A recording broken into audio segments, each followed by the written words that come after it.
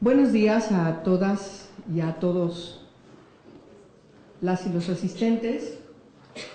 Las niñas y los niños tienen derecho a ser felices desde ahora. ¿Qué es lo que nos dice esta consigna que al paso de los años ha venido deconstruyéndose en primerísimo lugar para incluir a las niñas? Quien originalmente concibió esta frase escribió un libro que en su época fue emblemático, La Edad de Oro, José Martí, y él decía en su pequeño libro que el niño tiene derecho a ser feliz desde ahora. Es decir, nos llama la atención a que no pensemos, que también es un asunto cultural muy arraigado, que lo que hoy hagamos va a servir para el futuro de las niñas y los niños. La importancia de que situemos a las niñas y a los niños en el momento actual, cualquiera que sea su edad, cualquiera que sea su circunstancia, cualquiera que sea su estatus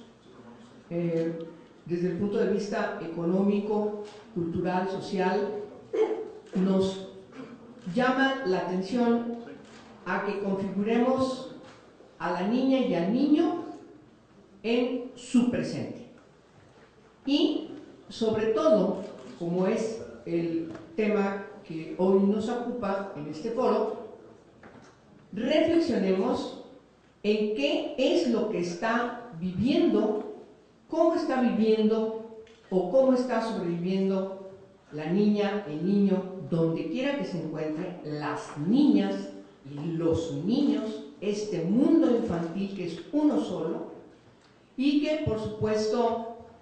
nos preocupa, nos conmueve, nos remite a dar respuestas a veces inscritas en la filantropía gubernamental,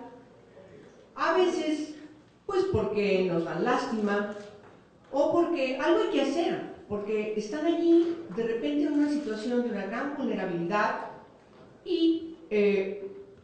pareciera que no podemos permitirlo que esté en esa situación, cualquiera que sea la situación de ese grupo, pequeño grupo social de niñas o de niños o de ambos, y que en el caso de quienes estamos en los espacios de poder, seguimos, insisto, actuando desde la filantropía gubernamental, lo cual es algo totalmente contrario. La filantropía tuvo un sentido de ser hace muchísimos años. Yo creo que la discusión más importante para empezar a distinguir a la niña y al niño como una persona humana se da de manera formal en 1924, cuando en Europa se empieza a constituir una organización no gubernamental, fue la primera, Save the Children,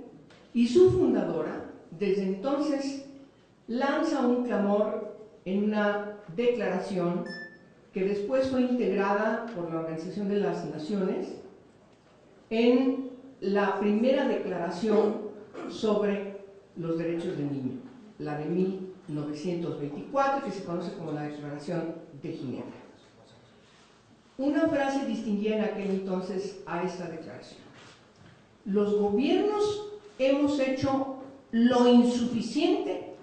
a favor de niñas y niños.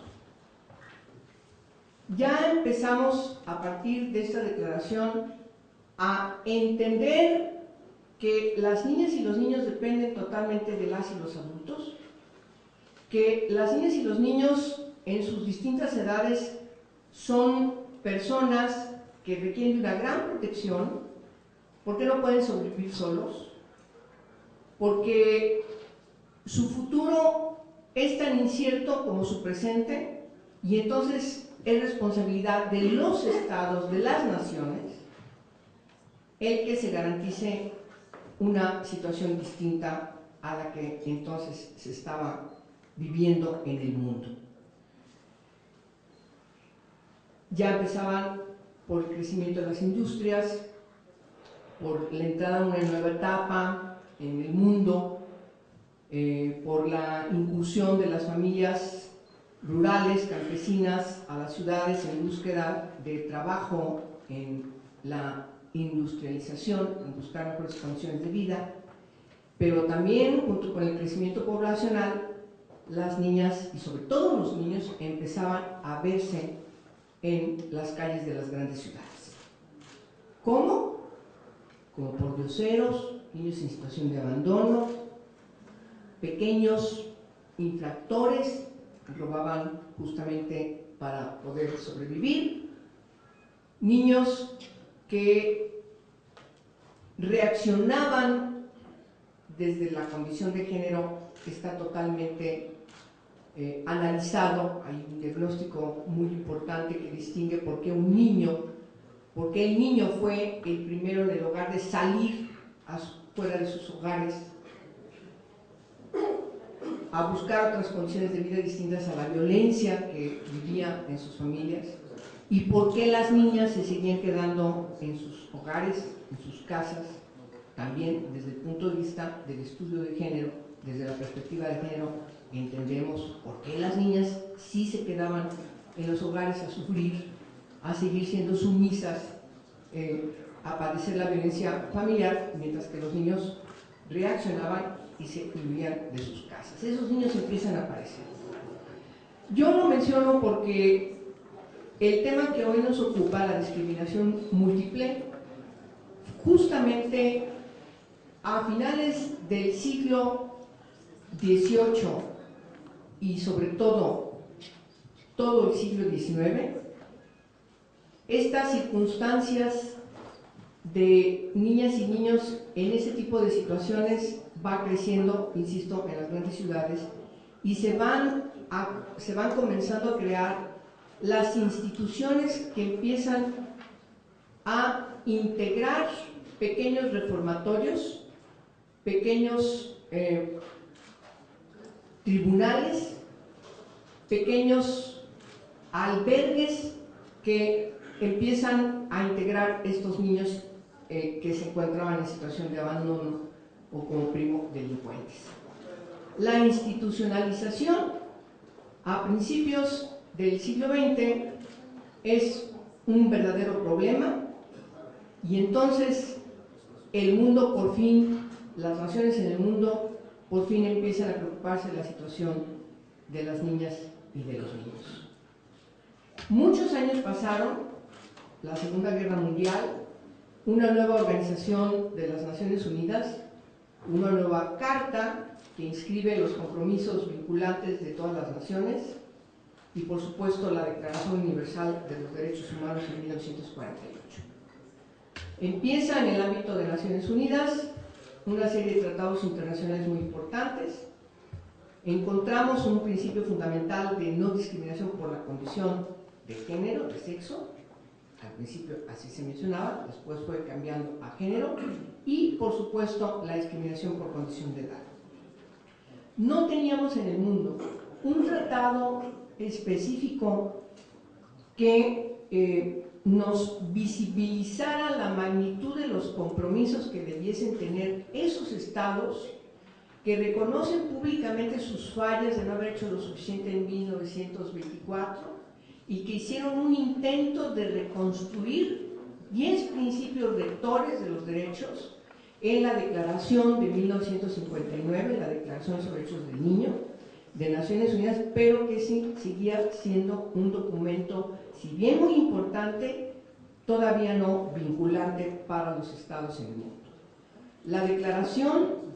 fue un documento muy importante porque se empieza a hablar ya de los derechos, no la protección de niñas y niños, sino la protección de los derechos de niñas y niños. Se empiezan a distinguir en estos 10 derechos, derechos fundamentales, empezando por el derecho a la identidad, que quiere decir, se nace con un nombre, tienes derecho a tener los apellidos de tus padres, de tu madre, de tu familia y por supuesto una nacionalidad.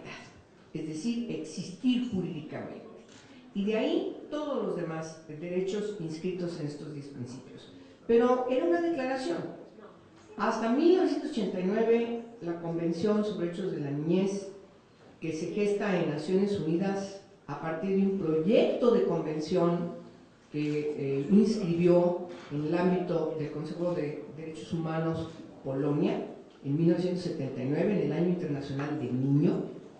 y durante esos 10 años Naciones Unidas hizo un gran esfuerzo para integrar un tratado internacional que pudiese ser aplicado en cualquier tipo de derecho en cualquier parte del mundo. Ha sido el tratado internacional con más apoyo que ningún otro en el momento en que se abrió a su inscripción, a su adhesión, y por supuesto hoy es el tratado internacional que tiene más adhesiones en el mundo. Solamente falta un solo país en el mundo para que este tratado internacional sea un tratado universal. Estados Unidos falta por aprobarlo. México lo aprueba en 1990, unos meses después de que se haya aprobado en Naciones Unidas, y el mundo cambia. El mundo de la infancia cambia y, por supuesto, desde entonces seguimos trabajando en todos los países para que todos sus preceptos sean inscritos en todos los ámbitos. En el Poder Ejecutivo también, en los 3 órdenes de gobierno, en el caso de México, en el Poder Legislativo, diseñar todas las leyes que se necesitan diseñar para ir acordes a la Convención, y en el Poder Judicial, que nos hace falta mucho trabajar. Recién tenemos apenas algunas buenas experiencias de jueces que amparan a niñas y niños, ya no a través de sus padres o tutores o custodios, sino les otorgan, les reconocen personalidad jurídica. Eso es muy importante. Como lo vamos a ver más adelante, sobre todo el caso del acoso escolar. Hoy en México tenemos un gran pendiente. Hemos avanzado en reformas a la Constitución, en una ley de protección de los derechos de niñas, niños y adolescentes, pero nos hace falta dar el gran paso para constituir un sistema que garantice integralmente los derechos humanos de niñas, niños y adolescentes, todas las personas menores de 18 años de edad. Y hay varios impedimentos, varios obstaculizadores que todos tienen una raíz: la voluntad política o la falta de voluntad política de quienes llevan la conducción de los asuntos de gobernanza, que tienen que voltear a ver a las niñas y los niños. Hemos vivido distintos problemas últimamente que denotan, así como en 1924, que lo que hemos hecho en México ha sido insuficiente. A pesar de que tenemos reformas a la Constitución donde los reconoce a las niñas y niños como sujetos de derechos, seguimos encontrando diversas situaciones de gran discriminación, y niñas y niños siguen siendo discriminados de manera múltiple. Una sola forma de discriminación abarca a otras formas de discriminación. Hoy las vamos a visibilizar, vamos a enfocarnos en distintos aspectos particulares, componentes, hombres y mujeres de primer nivel, que cada uno va a venir aquí, a este foro, y va a tocar un tema. Y cada uno de esos temas nos van a reflejar la importancia de que ya en el legislativo nos pongamos a trabajar en el diseño de esta ley que garantice este sistema de protección integral de los derechos humanos de niñas, niños y adolescentes. Porque, insisto, a partir de muchas cuestiones que observamos en nuestro país, pareciera que hemos hecho lo insuficiente. Todavía sigue permeando esta actitud de compasión que los ve como, ay, pobrecito niño, pobrecita niña, entonces hay que llevarlo a alguna institución para que no ande allí. Igual que a finales del siglo XVIII, en el siglo XIX, afeando las calles, cometiendo algunos pequeños hurtos, sobreviviendo y en muchísimos casos no les queda de otra siendo incorporados a las bandas de delincuencia común, pero también, como hemos observado en los datos en nuestro país, incorporados antes de que cumplan los 18 años a la delincuencia organizada. Por eso, a mí me da mucho gusto celebrar este foro, porque es otra vez seguir poniendo en la palestra estos asuntos desde este enfoque de derechos humanos, desde esta perspectiva de infancia y perspectiva de género y perspectiva de derechos humanos, para que en el siguiente periodo de sesiones por fin nos pongamos de acuerdo quienes tenemos que tomar las decisiones para legislar en esta materia que está pendiente. Después de esta introducción, yo le voy a dar la palabra a Ricardo Bucio. Él dirige la CONAPRED con una gran pertinencia. Me parece que si hay alguien que tiene bien desarrollado lo que es la discriminación múltiple, justamente es Ricardo, y desde esta formación que le caracteriza, le distingue, me parece que es el preámbulo para empezar a tocar los distintos temas que cada una y cada uno de los ponentes van a empezar a tocar. Le doy la bienvenida a Ricardo Bucio y comenzamos las ponencias. Insisto, bienvenidas y bienvenidos a todos ustedes. Por favor, Ricardo, si eres amable. Muchas gracias, senadora, muchas gracias y un buen día a todas y a todos. Voy a comenzar con algunas reflexiones sobre la discriminación múltiple y quisiera